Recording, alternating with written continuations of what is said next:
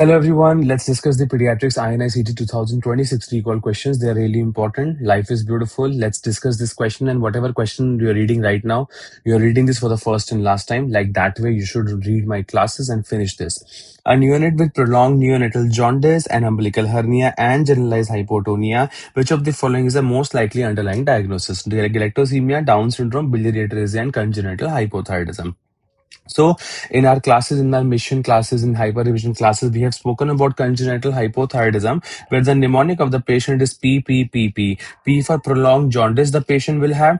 P for pot belly, the patient will have, which is kind of a remember like a umbilical hernia. And P for poor tone, the patient will have like a hypotonia or even constipation. So, this is the classical finding seen in congenital hypothyroidism. Why it is not galactosemia? They should be like, the more the mother will feed her baby, the galactose gets converted into glucose with the help of galt enzyme in galactosemia. So in case of galactosemia, the galt enzyme is deficient. So more the mother will feed her baby, the more the galactose basically gets accumulated in all over the body, and galactose get accumulated in the eyes, causing oil drop cataract. So that was their background regarding galactosemia. So the baby should have hypoglycemia, shock-like state, umbilical hernia and hypotonia kind of are not connecting for galactosemia. Why it is not Down syndrome? Because the patient is not having a single palmar crease, a mongoloid slant, coarse faces, protruding tongue. That is not there.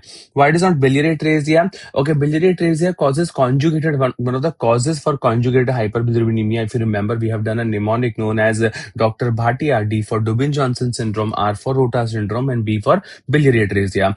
Biliary atresia patient will have conjugated prolonged neonatal jaundice, but umbilical hernia and hypotonia is not connecting towards biliary atresia. For biliary atresia, the question should be the most common indication for liver transplantation in children is biliary atresia. So that's why the best answer for this question is option number D. Now, next important point, a child diagnosed with Dravet syndrome is receiving multi-drug anti-seizure therapy and considered for an add-on treatment with fenfluramine. Straightforward question, a baby is on Dravet syndrome, he is on fenfluramine. Which of the following monitoring strategies is most critical before initiating during the course of this therapy?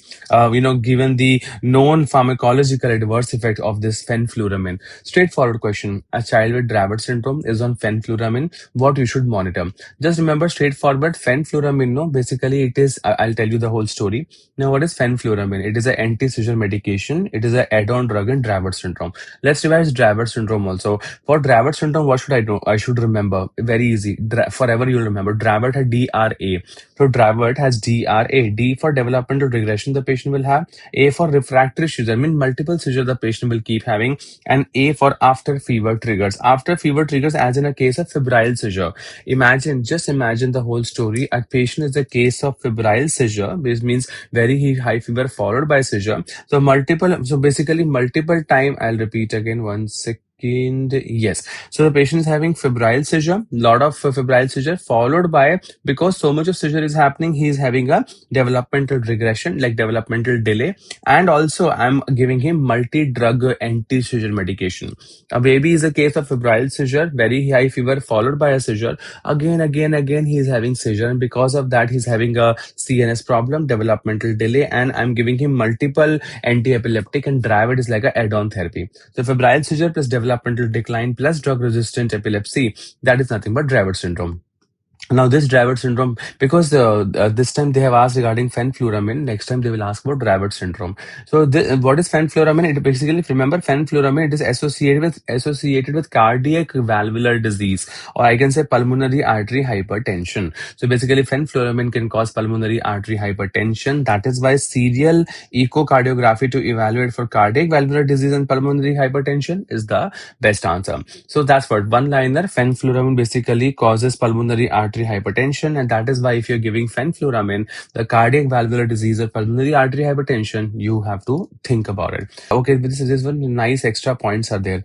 Monthly complete blood counts to monitor for agranulocytosis and aplastic anemia. Now, which drug I will give that will cause this? For that, I have to get a complete blood count done. Very importantly, carbamazepine. C for CBC, complete blood count. C for carbamazepine. So, carbamazepine, if you're giving to someone, get a CBC done again and again. That could be a next high yield question.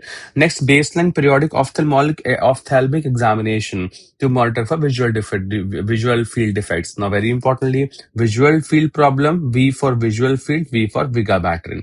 Vigabatrin, basically, remember, you need to, if you're giving vigabatrin, it can has this visual field defects. So CBC, you'll get it done if you're giving carbamazepine. CC, visual field defects, you will check, but if you're giving vigabatrin, VV. Okay, and very next, liver function test and serum ammonia levels. So liver function test and serum ammonia levels, you should go for valproate. Okay, valproate. Okay, so valproate, if you're giving, so you have to go for, you have to be very kind on the liver. Okay, V for valproate, V for very kind on the liver.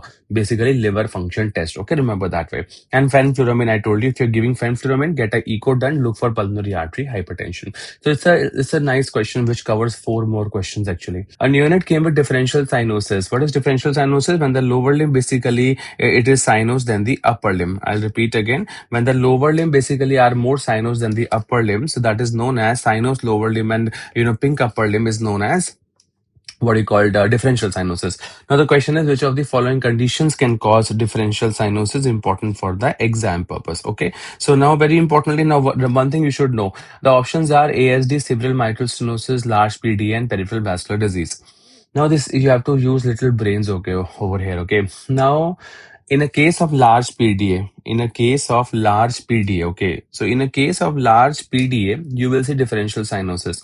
Why? Listen very carefully. ASD, VSD, PDA. PDA, it is a left to right shunt. We have done that. So left to right shunt means increased pulmonary artery blood flow. If there is a left to right shunt, then more and more blood is going to the pulmonary artery. And I told you, when more and more blood goes to the pulmonary artery, then pulmonary artery starts getting damaged. Pulmonary artery starts getting exhausted, starts getting fatigued. So pulmonary artery will develop pulmonary artery stenosis, kind of a block over here, because so much of blood is going into the pulmonary artery. So pulmonary artery start developing pulmonary stenosis. Now when the pulmonary artery starts getting pulmonary stenosis, now this is very important point, the shunt which was left to right of the PDA becomes right to left. It becomes right to left, remember that. So that's what. So from the lungs, when the blood is coming to left atrium, to left ventricle, to the aorta, and then it was going to the, from the PDA to the right side. Yes, that was a left to right shunt. But now large PDA, which is nothing but almost like a PDA with pulmonary stenosis or PDA with Eisenmenger syndrome, the blood from left atrium, from the lungs, basically the happy blood from the lungs to left atrium, to left ventricle, to the aorta, it will not be able to go from the PDA to the right side. It will just directly go down.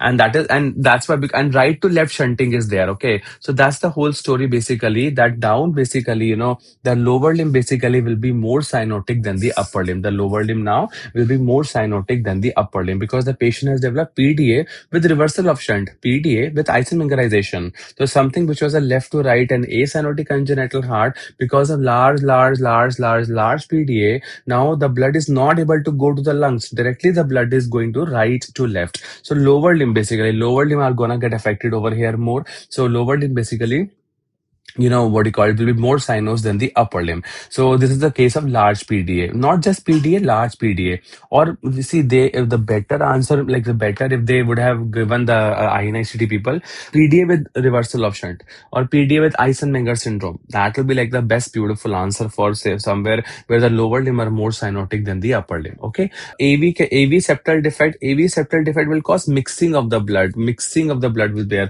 It will not cause differential cyanosis. And same like a mitral stenosis. Okay, mitral stenosis also, it is not gonna have a it's a straightforward question. What is differential cyanosis? Where all do you see differential cyanosis? Like in our classes, we had done this one, differential cyanosis. The first thing over here is this only, the differential cyanosis. One second. Yeah. So differential cyanosis, this one, PDA with reversal of shunt, pulmonary stenosis, severe coarctation of aorta, interrupted aortic arch. So this is differential cyanosis. So this time they have asked differential cyanosis. Next time they will ask reverse differential cyanosis, which is seen in TG with pulmonary hypertension, supracardiac TAPVC, PPHN. Once we study in detail in our mission classes, there I'll tell you why and all. But right now, PDA with reversal of shunt is the first most commonest cause for the differential cyanosis. Remember that. A female child had normal milestone until 6 to 8 months of age, after which she developed progressive regression in the language, social interaction, and adaptive behavior.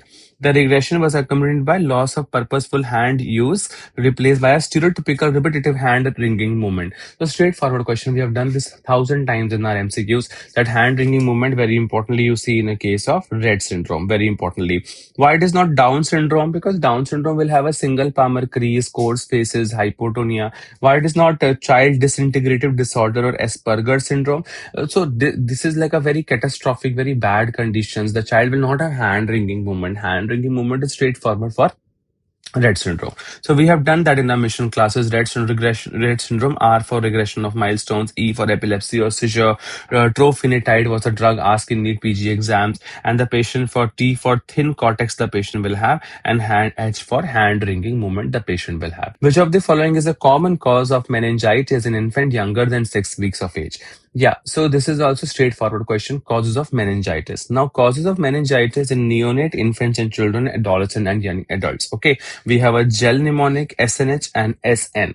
The first we have is Neisseria meningitidis. Let's see where it goes. Now, very importantly, Neisseria meningitidis. Neisseria meningitidis. So remember, Neisseria meningitidis, it is there, the common cause, but that is there in infant and children or little bigger babies. Okay, not in neonates. Okay, Neisseria meningitis. Now we have Streptococcus pneumoniae. Now Streptococcus pneumoniae, let's see where is it. Here also Streptococcus pneumoniae also. It is the common cause of meningitis, but infants and young children, but not definitely in neonates. Then we have Listeria monocytogenes. Now, Listeria monocytogenes, yes. Listeria monocytogenes, yes, definitely one of the causes for meningitis in neonates. And what about this one, Haemophilus influenza? Now, Haemophilus influenza, again, coming back to bigger babies only, Haemophilus influenza. That is why, what we call the most commonest cause for meningitis in neonates, it is group B streptococci. See, group B streptococci is different, okay? The answer says Streptococcus pneumonia. Like, this is not the right answer, right? Streptococcus pneumonia was there in the infant and children. Group B streptococci, it is there in the neonates. So the most commonest cause of even the neonatal sepsis also in late onset sepsis was group B streptococci. So that's what group B streptococci, meningitis or sepsis, and followed by E. coli and followed by Listeria. Okay, so Listeria is the best answer. A neonate is born to a mother who is seropositive for anti-Ro and anti-La antibodies. Anti-Ro and anti-La antibodies, nothing means that the mother is suffering from SLE. Due to transplacental transfer of these maternal antibodies, which of the following cardiac problem the baby can have? Straightforward, it was a repeat INI-CET. So if the mother is a case of SLE, the baby can have heart block, complete heart block. Remember that, okay? Yeah, complete heart block. Tetralogy of Fallot, okay, this is straightforward question. And tetralogy of Fallot is connected to Down syndrome. The most common congenital heart in Down syndrome is endocardial cushion defect, but second, the baby can be a case of tetralogy of Fallot. Digeorge syndrome and Down syndrome, both syndromes, babies can have tetralogy of Fallot is a PYQ. If the baby has rubella infection, the baby can have PDA. If the baby has Epstein anomaly, he can have WPW syndrome. Complete heart block is connected to SLE. Because in SLE, what happens? Because the maternal antibodies, they cause cardiac conduction defect. The maternal antibodies cause cardiac conduction defect, and that is why SLE is the best answer. Which of the following is not a recognized diagnostic feature of Kawasaki? Straightforward question. In our mission classes, we have done Kawasaki. So the patient will have fever for more than 5 days, and the patient will have rash, edema of the hands. Edema was the mnemonic. If you remember, we have done that. So rashes will be there, edema of the hands and the feet, eyes for eyes conjunctivitis, M for mucosa, that is strawberry tongue, and A for adenopathy or lymphadenopathy. This we have done 1,000 times in our mission classes. So purulent conjunctivitis. Now this conjunctivitis, basically eyes conjunctivitis, that is a special point, that purulent conjunctivitis, it is seen in measles. Purulent conjunctivitis, it is not a feature of the Kawasaki, because Kawasaki will have a non-purulent conjunctivitis. And yes, fever for more than 5 days and cervical lymphadenopathy will be there. Okay, easy question. A child came with fever, altered level of consciousness, and signs of meningeal irritation. So altered level of consciousness means encephalitis, signs of meningeal irritation means meningitis. So means the patient is having meningoencephalitis. CSF was done, the patient was having low sugar, high protein, and lymphocytic predominant. Straightforward question. Low sugar, high protein, neutrophilic predominant, then it was bacterial meningitis, but now it is lymphocytic predominant. The answer is tubercular meningitis. Okay, so straightforward question. And what about viral and fungal meningitis? Fungal meningitis is a chronic condition, should have a very chronic history. Here the patient came with fever, altered level of consciousness, looks like a very short history. Remember that, okay? So that is one thing you should know. And I told you 1,000 times, bacterial or tubercular. These two questions only comes because viral will have a normal plus minus picture. That's why always MCQ for bacterial and tubercular meningitis. This is the picture we had done in our mission and hyper revision classes. Everything is there. 3-hour-old newborn is found to have a glucose 38 and the neonate is asymptomatic. What do you want to do? Straightforward question. So neonatal hypoglycemia is less than 45. Now less than 45 sugar depends. Now if the baby is having less than 45 sugar, we have done that in our classes. In this one, I remember this is the infant of diabetic mother. I told you the drug of choice for hypoglycemia. And now if the patient is asymptomatic hypoglycemia. In your question, the patient is having sugar less than 45 and he's asymptomatic, then to continue breastfeeding. And if it is symptomatic, then give 2 ml per kg of 10% dextrose that we have done in the hyper revision classes and also in our mission classes. So what's easy, that continue breastfeeding and reassess the blood sugar after the next feed. Option A, initiate 5% dextrose infusion. No, symptomatic babies you do that. Leave as it is and reassure. No, don't leave, but continue breastfeeding is something like give breastfeeding and check again. That is a better answer. Okay. 20-month-old child walks independently without support. So when can a baby can walk independently without support? 15 months baby can walk independently. Scribble spontaneously. 15 to 18 months baby can scribble and appropriately follows and obeys simple commands. It's expected from 15 months to have a simple commands. However, child speaks only one meaningful word. Now only one meaningful word, and what is the most appropriate next step in the management? One meaningful word. Now remember, in 20-month-old baby, in our mission classes and hyper revision we have done that a baby will have a 8 to 10 words of vocabulary by 18 months and 100-word vocabulary by 24 months. Okay, so 8 to 10 words vocab I'm expecting over here, and 1 to 2 word and 2 to 3 words eventually comes. So that's what. So 8 to 10 words of vocab by 18 months it is expected. This baby is 20 months and he speaks only one meaningful word. So this is again a tricky question. If any, if the first thought, definitely everyone says reassure, reassure, reassure. Feels like that, but it is not like that. Reassess in 3 months and follow for spontaneous improvement. That also, it's very touchable option, as in this feels right.